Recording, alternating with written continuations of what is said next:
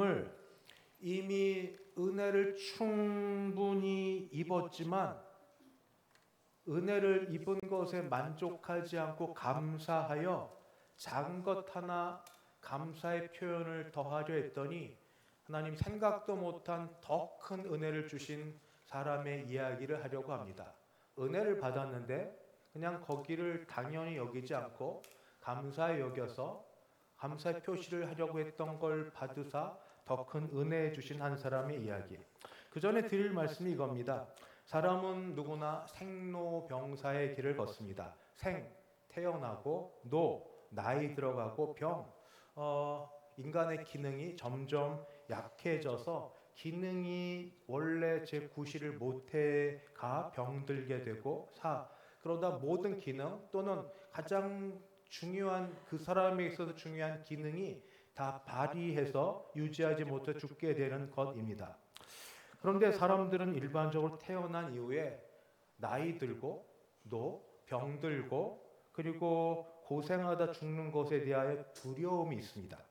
이 두려움, 근데 아직 경험해 보지 못했거나 조금이라도 조짐이 있으면 이 미지의 두려움 때문에 나이는 먹지 않을 수 없으니 그건 어쩔 수 없고 미리 준비를 하려고 합니다. 나이가 들어도 이 나이는 그냥 신체의 나이지, 그냥 들어가는 나이지 신체의 나이는 아니라고 열심히 운동을 한다든지 또는 의사의 처방을 받아 좋은 약을 계속 먹고 약한 부분을 유지하려고 한다든지 병원을 다니고 또 만약을 위해서 보험을 든다든지 이런 일들을 하면서 최대한 병 안 들고 힘들지 않고 그냥 오래 살면서 결국 뭐냐? 죽음을 좀 멀리하고 싶습니다. 죽음에서 좀 떨어지고 싶습니다. 그래서 예전에 100세 인생 시대에, 예전이라고 드립니다. 그때는 100세는 좀 뭐하니까 하나 당겨서 9988234가 대세인 걸 아시죠? 제가 드린 것처럼 9988234 99세까지 팔팔하게 살다가 이제 죽기 전에 가야 되니까 우리 자녀손들 불러서 2, 3일 와야 되니까 나 간다. 나 갈 거니까 좀 와봐.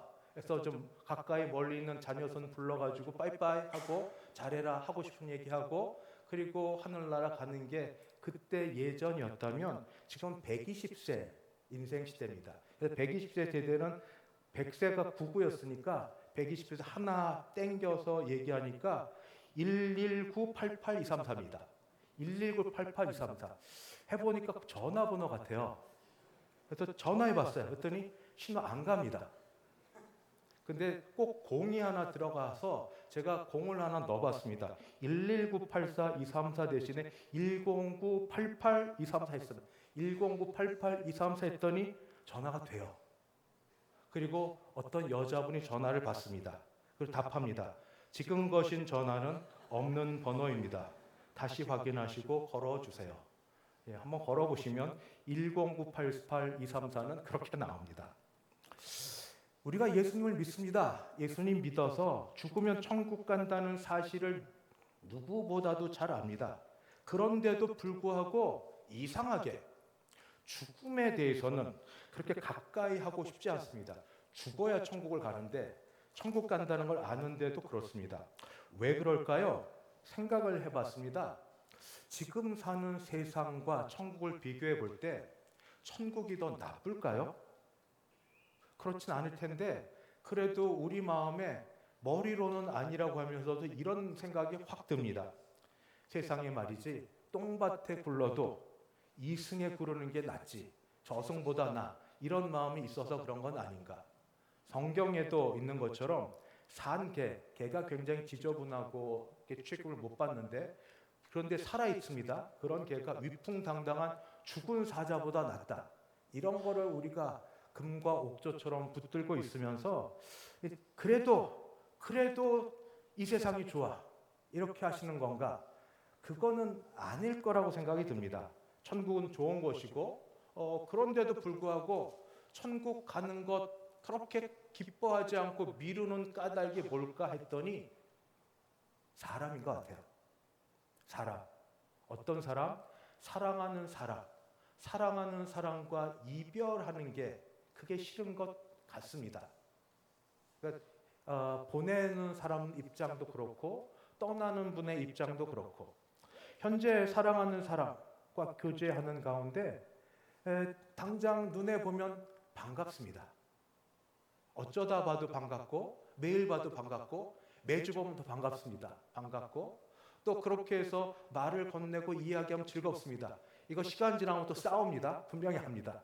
뭐 1시간 지나가면 말다툼하고 또 그럴지라도 그래도 그게 정겹고 이런 분들하고 같이 어디가 밥 한 끼 먹으면 만나고 뭐 가성비가 좋든 또는 모처럼 돈이 있어 좋은 곳을 가든 상관없이 같이 밥 먹는 자체가 좋고 그러다가 좋은 것 보면 행복하고 결국 뭘 먹고 뭘 하느냐보다 중요한 건 누군가 같이 있다는 것 그것도 내가 좋아하고 사랑하는 사람과 함께 옆에 있는 것 때문에 천국이 좋지만 천국에 그 좋은 게 있지만 그 모든 것보다 물론 믿음으로 하면 주님이 최고입니다만 그래도 그냥 사람의 심정으로 이 땅 사는 걸 조금 더 유지하고 싶지 않은가 그런 생각이 듭니다.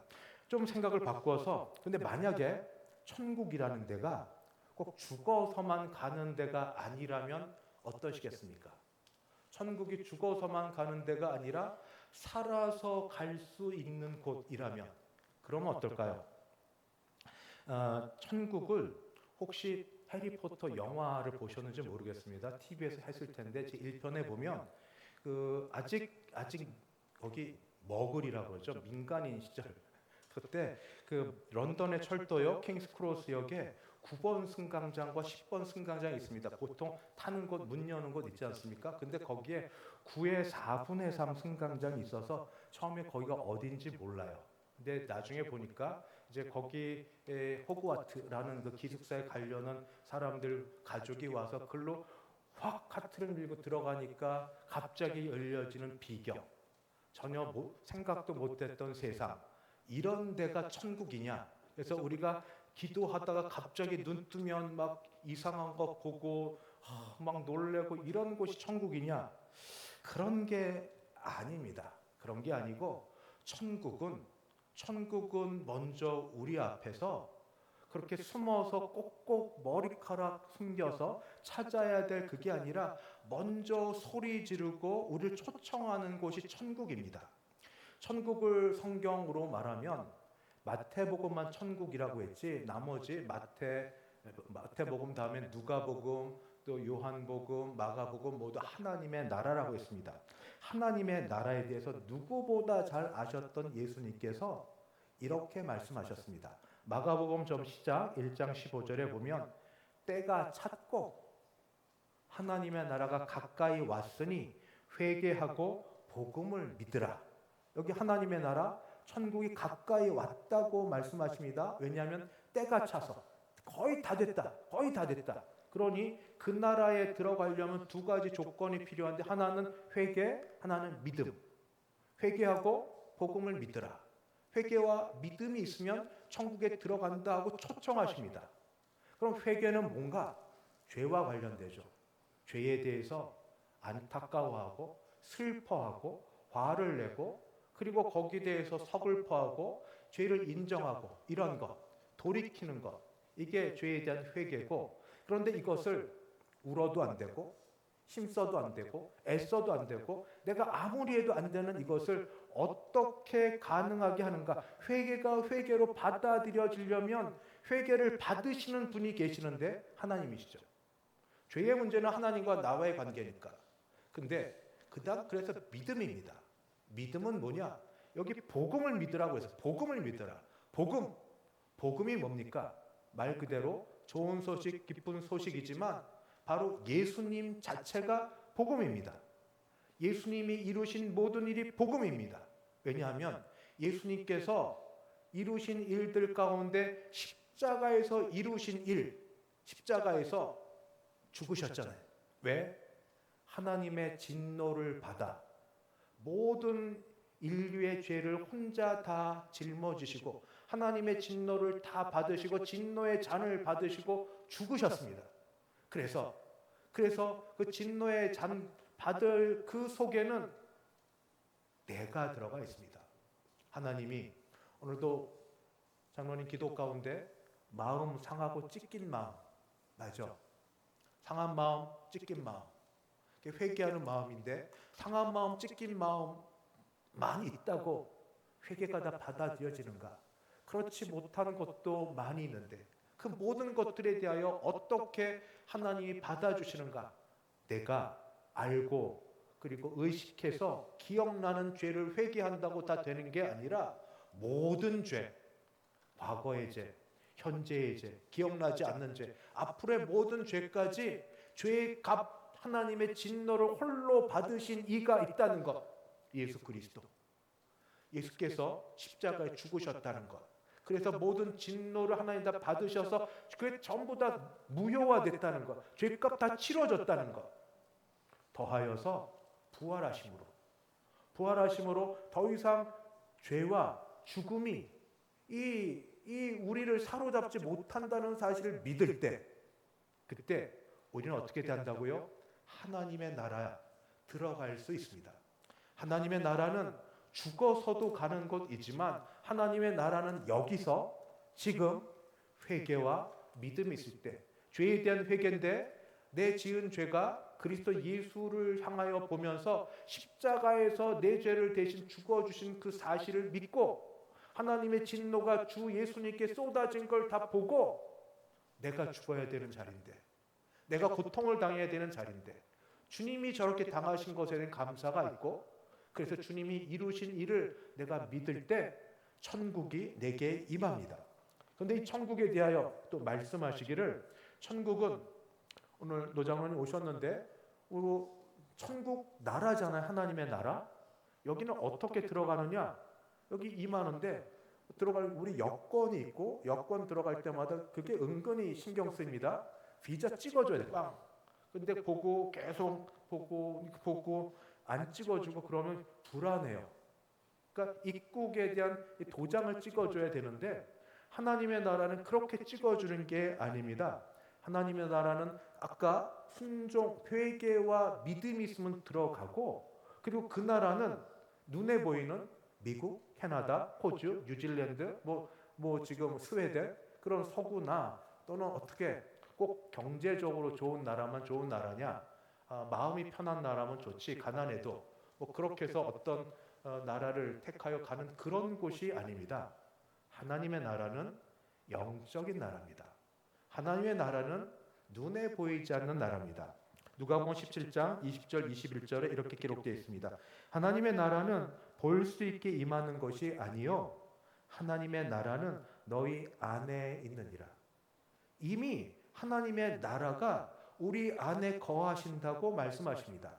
어떻게 해서요? 회개하고 믿을 때 하나님의 나라가 나는 안 보이는데 영적이어서 그렇습니다. 하나님의 나라가 임하여 있고 내가 그 나라 안에 들어가 있는데 나는 잘 모르겠습니다. 그런데 어떻게 내가 그 나라 안에 들어가 있는 줄 알 수 있을까요?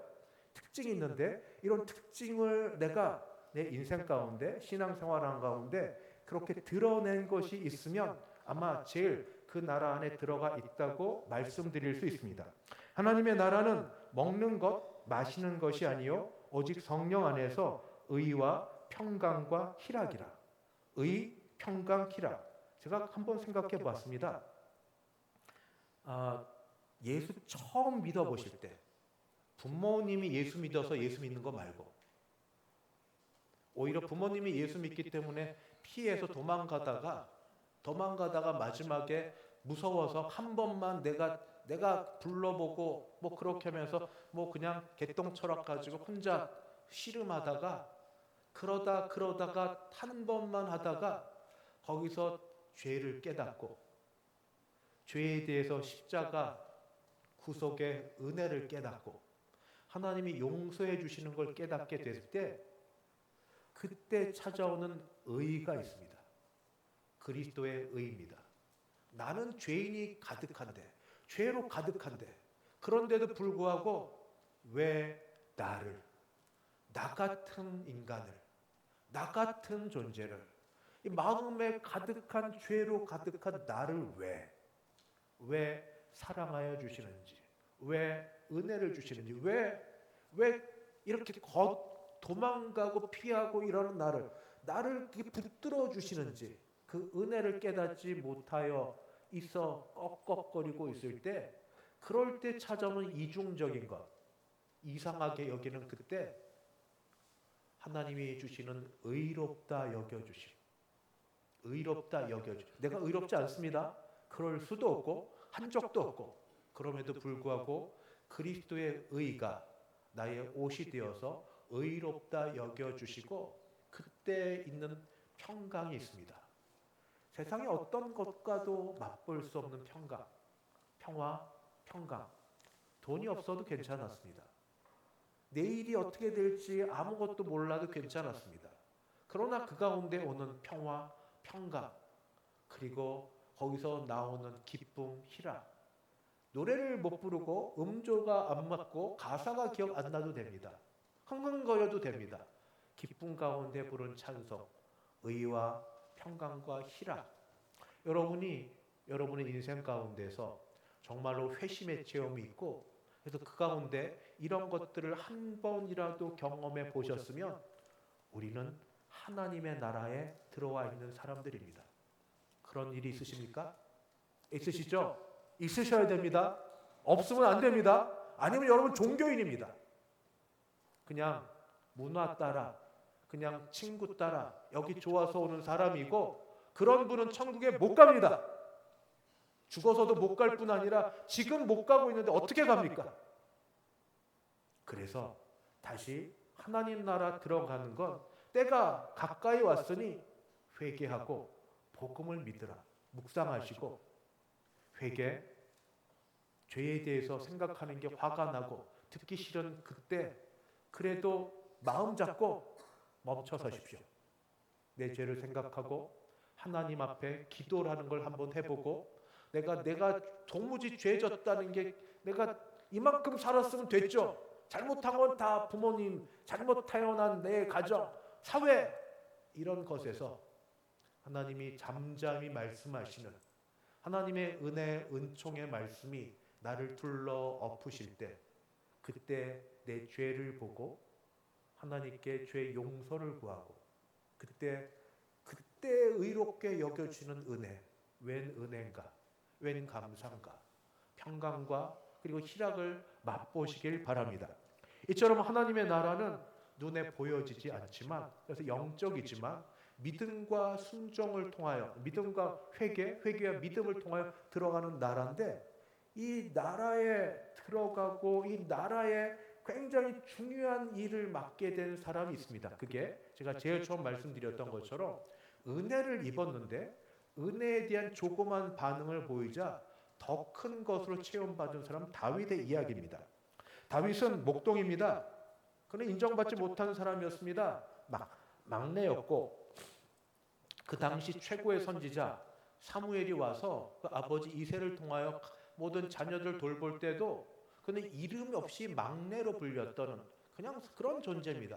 근데 하나님이 그를 택하시고 그에게 기름 부으사 그를 왕으로 삼으셔서 시련과 어려움이 있었지만 드디어 왕이 되었고, 그리고 백향목이라고 제일 좋은 자질로 된 왕궁에 누워 가만히 있다 보니까 과한 겁니다. 과한 겁니다. 나는 이렇게 좋은데 사는데 이렇게 나에게 좋은 걸 주신 하나님은, 그 괴는, 여호와의 법궤는. 그래서 사무엘하 7장 2절 오늘 읽은 말씀이 이렇게 되어 있습니다. 나는 백향목 궁에 살거늘 하나님의 괴는 휘장 가운데 있도다.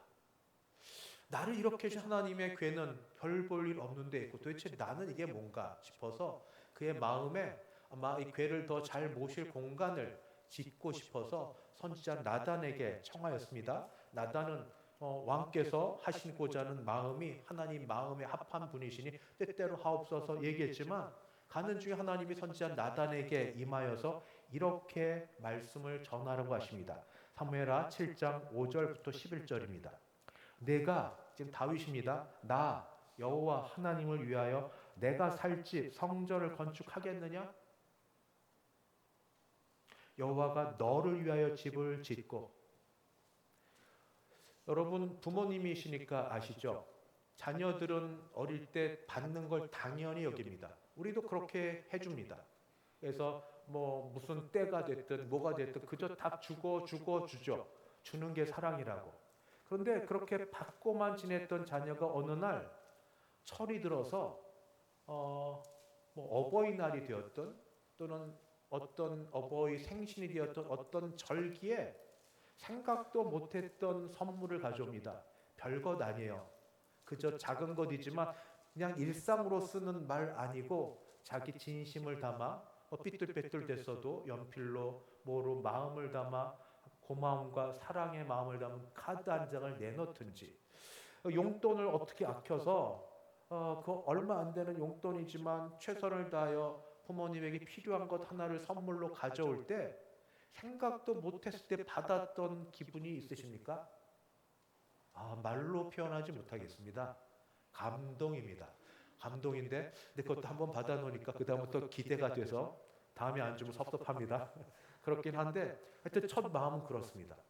그래서 그때 마음은 아직 제가 자녀보다 경제력이나 다른 모든 거 아직은 좀 나으니까 뭐든 더 주고 싶죠.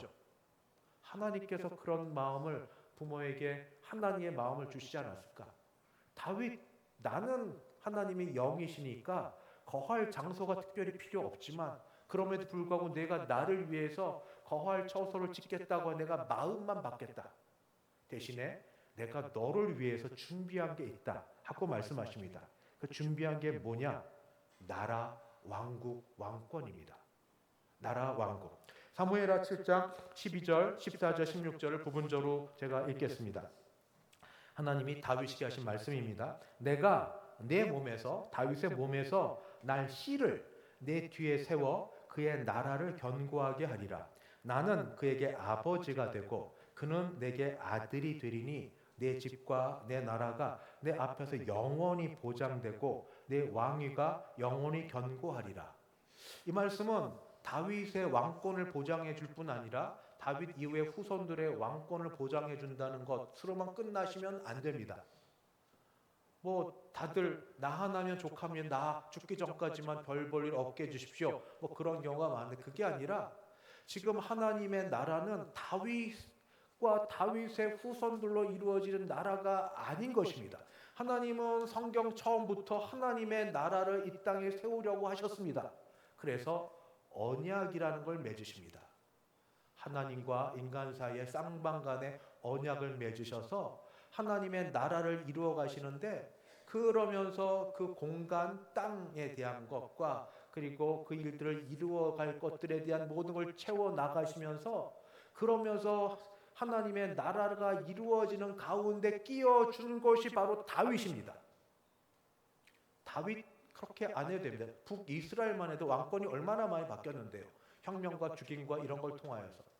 그렇게 안 해도 되는데 하나님은 다윗을 통하여 다윗의 마음을 받으시고 왕권을 다윗 후손의 왕권을 하나님 나라의 왕권을 끼워서 집어넣어 주셨습니다. 여러분 저는 개인적으로 작은 것이지만 체험하는 게 있습니다. 말씀대로 먼저 그의 나라와 그의 의를 위하여 우리가 우선시 여기고 마음의 그리고 뜻과 우리 가진 것을 주 앞에 드릴 때 하나님이 그것 이상으로 채우시는 것을 제 작은 경험 가운데 체험하고 확신하고 있습니다. 다윗 작은 걸 드릴 때 그 왕권 그게 중요한 게 그 왕권을 하나님 나라의 왕권으로 들어와 놓고 제일 마지막이 뭔지 압니까? 하나님 나라 왕권의 최종 나라 완성은 메시아 예수 그리스도. 예수 그리스도가 다윗의 육신의 혈통 가운데 나게 하십니다. 얼마나 영광스러운 일인지요. 하나님께서는 다윗의 마음을 받아주셔서 바로 그 일을 하게 해주셨습니다. 영광 중에 영광. 그리스도 그리고 하나님 그 메시아를 자신의 혈통 육신의 혈통 가운데 이어지게 하시고 하나님이 이 일을 하기 위하여 하신 말씀 나는 너에게 아버지가 되고 너는 내 아들이 되리라. 내 후손들 그와 같이 되리라 하고 말씀하십니다. 그래서 다윗은 이 모든 걸 알았습니다. 내 왕권, 내 후손들만이 아니라 하나님 나라 그 거룩한 그 대단한 나라 안에 끼어 들어간다는 게 얼마나 놀라운 줄 알았습니다. 선지자로서. 그래서 그는 이렇게 얘기합니다. 사무엘하 7장 18절. 주 여호와여, 나는 누구이오며 내 집은 무엇이기에 나를 여기까지 이르게 하셨나이까? 내가 뭡니까? 부모에게도 인정받지 못한 내가 도대체 하나님 앞에 뭐가 되길래 하나님의 거룩한 나라, 왕권, 왕국 가운데 나를 거기에 집어넣어 주십니까? 그렇게 얘기하고 그러면서 청합니다. 그게 기도가 27장 29절입니다. 주의 종에게 말씀하셨사오니 이제 청하건대 주의 종의 복을 주사 주 앞에 영원히 있게 하옵소서. 이 일은 주의 종들이 애써 수고해서 되는 게 아니라 주께서 복을 주셔야 되는 겁니다. 주께서 복을 주셔서 주께서 할 수 있게 해주십시오 하는 그런 기도를 드립니다. 말씀을 정리하며 다윗의 이 일들과 우리를 연관시켜 적용해 보려고 합니다. 어쩌면 우리는 다윗보다 더 은혜를 받은 자이겠습니다.